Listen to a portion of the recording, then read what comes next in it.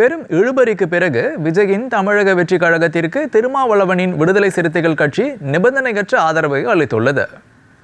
இதனால் விஜய் கட்சிக்கு ஆதரவு எம்எல்ஏக்களின் எண்ணிக்கை 118ஆக உயர்ந்துள்ளதால் முதலமைச்சராக விஜய் விரைவில் பதவியேற்பார் என்று எதிர்பார்க்கப்படுகிறது.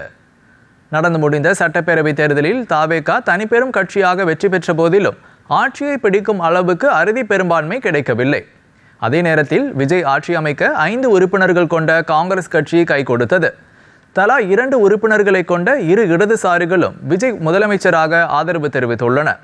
இருப்பினும் மேலும் 2 எம்எல்ஏக்களின் ஆதரவு தேவை என்பதால் திருமாவளவனின் முடிவை தெரிந்து கொள்வதில் பரபரப்பு நிலவி வந்தது. இந்நிலையில் தாவேகா நிர்வாகி ஆதவ் அர்ஜுனா திருமாவளவனை நேரில் சந்தித்து விடுதலை சிறுத்தைகள் கட்சியின் ஆதரவு கடிதத்தை பெற்றுக்கொண்டார். அந்த கடிதத்தில் தாவேகா ஆட்சி பொறுப்பை ஏற்க விடுதலை சிறுத்தைகள் கட்சி சார்பில் நிபந்தனையற்ற ஆதரவை வழங்குவதாக தெரிவிக்கப்பட்டுள்ளதாக ஆதவ் அர்ஜுனா தெரிவித்துள்ளார்.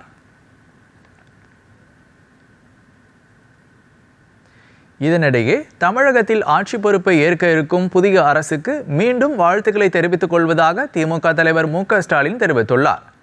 தமிழ்நாட்டில் மீண்டும் இன்னொரு தேர்தல் வரக்கூடாது என்பதே திமுகவின் எண்ணம் என்றும் அவர் தெரிவித்துள்ளார். இதனிடையே தாவேகா ஆட்சி அமைக்க இந்திய யூனியன் முஸ்லீம் லீக் கட்சியும் ஆதரவு கடிதம் வழங்கியுள்ளது.